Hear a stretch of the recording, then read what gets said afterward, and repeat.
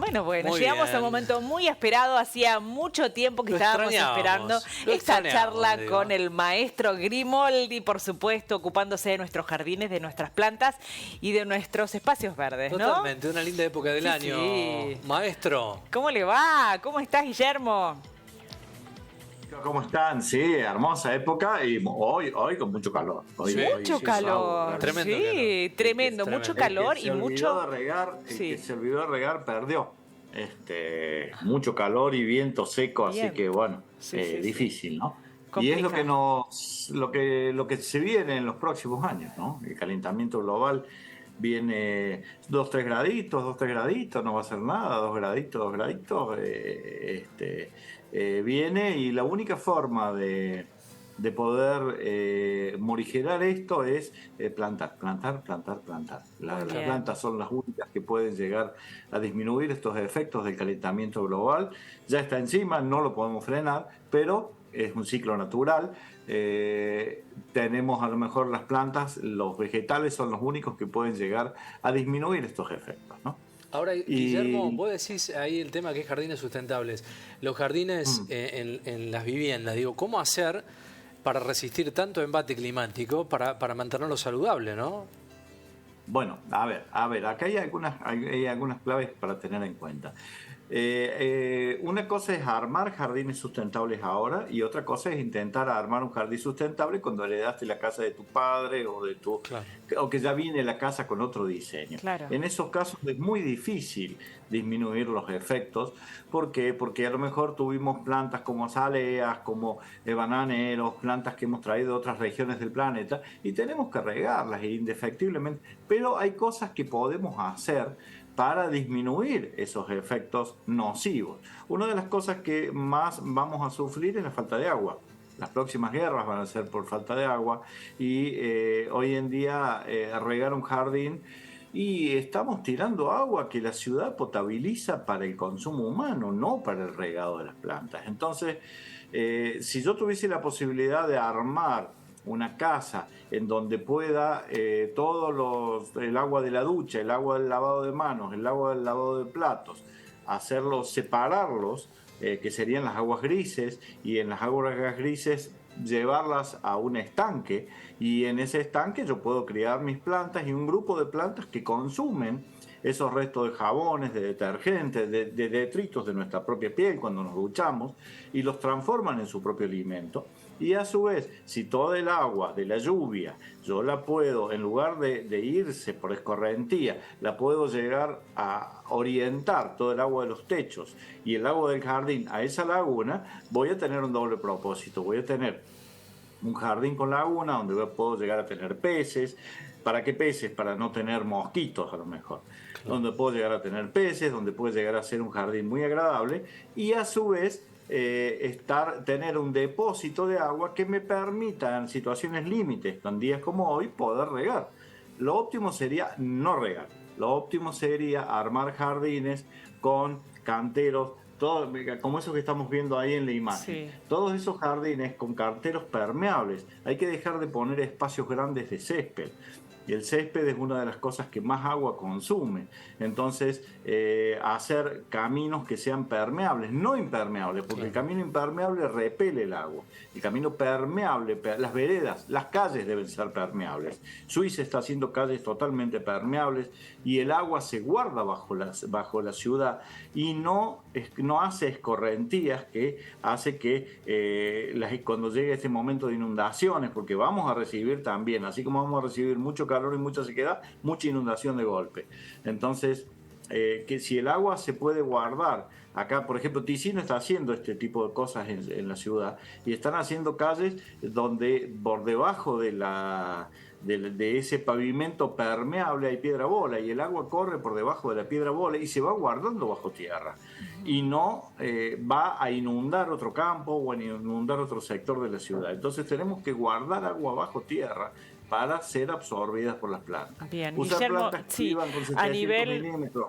Claro, a nivel ciudades, bueno, por supuesto que se requiere de toda una decisión y política, es mucho ¿no? más complejo, Sí, ¿no? Pero en nuestro jardín, en nuestro patio, si ya tenemos, alguna cuestión estructural un poco ya más definida o más, como decías, o heredada, o a lo mejor ya hicimos las cosas mal y pusimos las plantas que a lo mejor no eran autóctonas o a lo mejor la disposición no era la correcta, ¿hay algunas recomendaciones que podemos seguir justamente para, ser un poco más eco-friendly, podríamos decir, Sí. o más amigables con esta con el ambiente, situación de, estas marcadas amplitudes térmicas, todo lo que nos propone este nuevo tiempo?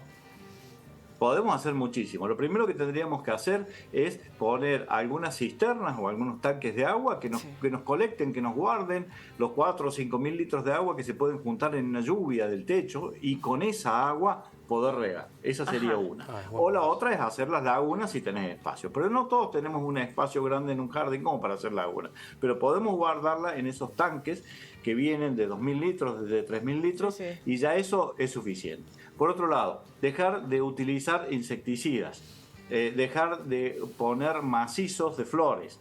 En lugar de poner un macizo de flores, hacer una combinación de plantas que repelan los insectos. Dejar de iluminar el jardín a 1,50 m, 1,80 m de altura. El jardín se tiene que iluminar a 30 centímetros, porque ahí alcanzan los sapos, las lagartijas y los teros.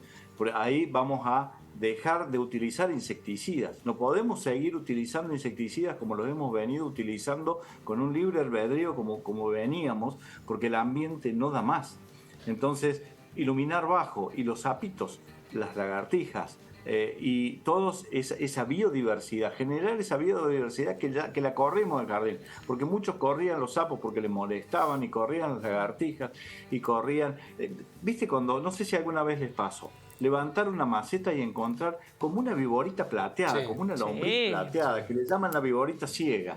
¿Y qué hacen? Le metieron un escobazo. ¿Y qué pasa? Ese es el único predador de huevos de babosas, caracoles y termitas en el jardín. Entonces tenemos que tener eso en el jardín, tenemos que tener biodiversidad. Entonces vamos a tener o los sapos que llegan hasta las piletas a desovar ahí también. Claro, ¿Qué hacemos con eso, Guillermo? Pero eso lo podés, eso lo que podés hacer es hacerle otro espacio para que desoven en otro lado. Amigarse con la naturaleza, Guille. Es un gran controlador. La naturaleza, hay que hacer hoteles para insectos. Googleenlo, búsquenlos en internet. Hoy en día en las huertas se están haciendo hoteles para insectos, se le está haciendo un hábitat como un pequeño edificio chiquito en donde hay gran biodiversidad y los insectos se controlan entre sí y ninguno predomina por sobre el resto. Entonces tenemos que empezar a utilizar esas técnicas que las descartamos porque en su momento no nos servían, pero hoy en día es de persona inteligente tener un jardín sin insecticidas. Guillermo, a su vez, sí. Antes que te vayas, porque me quedé pensando en el tema iluminación. ¿Eso cómo es iluminar a 30 centímetros y qué tipo de luz? ¿Quieren? A ver. Esa es una charla que he dado hace poco y no la pude terminar. Era una charla de 45 minutos y a las 2 horas y media me sacaban con la policía porque la gente empezaba el otro y nadie dejaba que... A ver, les doy algunas bases. A ver. Las luces de colores que ahora se pueden iluminar, que vienen con la pantallita solar arriba, que uno no tiene ni siquiera que sacar de la red eléctrica. Entonces vienen con y son dimerizables, que uno le puede cambiar el color. Si yo tengo, por ejemplo, en un lugar determinado de la casa rosales, y los rosales atraen muchos pulgones, cerca de los rosales puedo iluminar azul. ¿Por qué? Porque los pulgones los atrae la luz azul. Entonces junto todos los pulgones en ese rincón donde está la luz azul.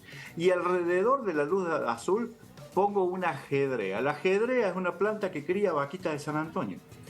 Alrededor de la luz azul. Entonces todos los pulgones van a ese rincón y la vaquita de San Antonio se despierta a la mañana y sale a desayunar pulgones.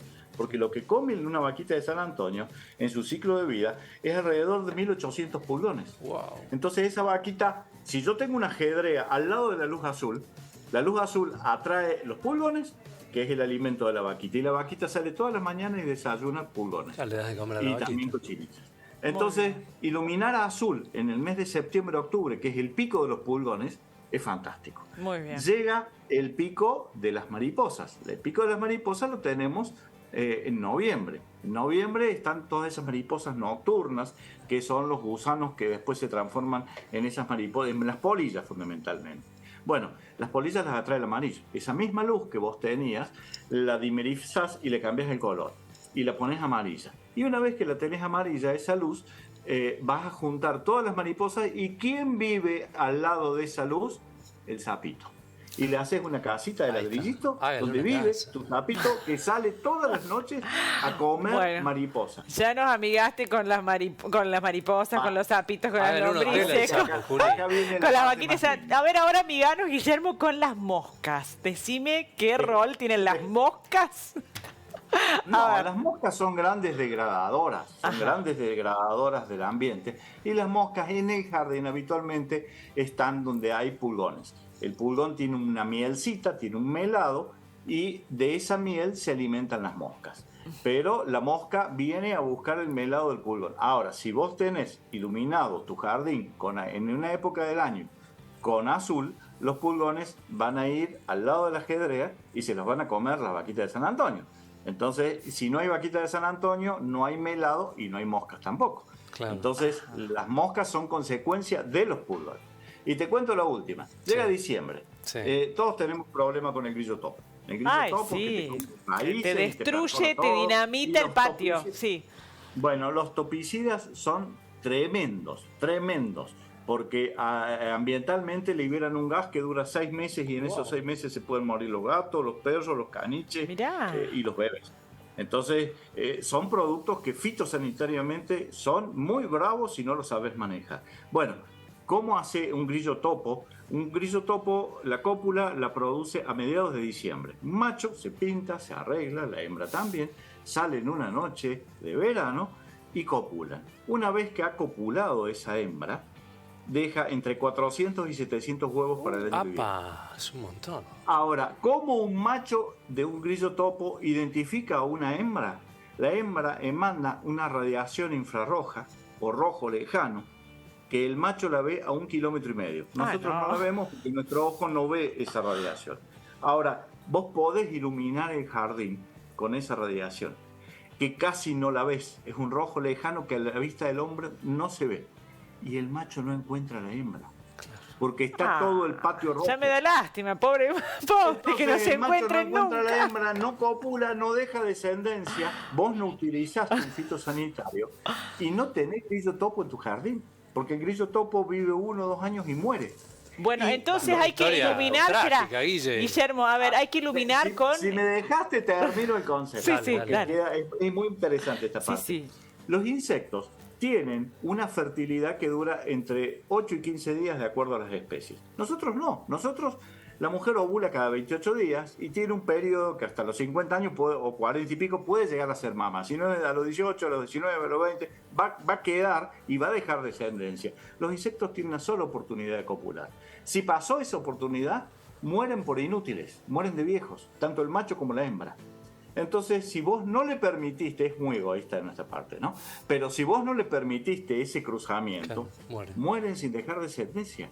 Y nosotros no tenemos fitosanitarios en nuestro jardín. Y fíjate la importancia de la iluminación del jardín, te lo he contado en 3 cositas nomás. Sí. Pero esta es una charla de 1 hora de duración.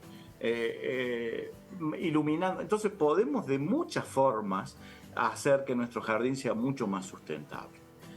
Hacer los canteros hacer permeables los caminos, tratar de poner lo máximo en cantidad de plantas nativas, juntar agua de riego, hacer cazuelas profundas y tapar arriba de la cazuela. Porque si yo tapo arriba de la cazuela no da de lleno el sol sobre las raíces de la planta. Da sobre esa materia orgánica que puede ser pasto seco, hoja de pino, puede ser cubrir la cazuela con eso. Eso genera que se guarde más la humedad abajo, que no se calienten tanto las raíces, que las plantas no consuman tanto y que no crezcan los yuyos dentro de la cazuela. Son muchas cositas que podemos hacer. Pero tenemos que empezar por casa, ser sustentables desde nuestros hogares, ¿no?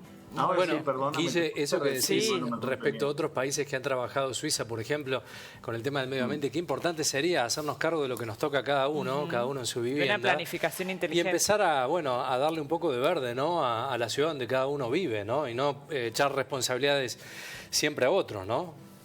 Es que tenemos que empezar por casa.